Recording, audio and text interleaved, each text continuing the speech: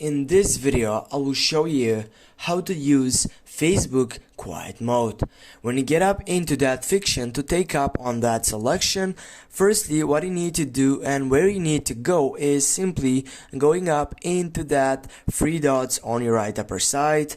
Then what you need to do next, simplify, you need to go on that settings side right down, and from here you're gonna find out all these sites which are related onto that selection, or if you can't find your time on Facebook, just go on preferences and take a look on that side. From here, as you can see, if you scroll on your right side, you can schedule quiet mode, or simply you can try it right now. Just go try quiet mode.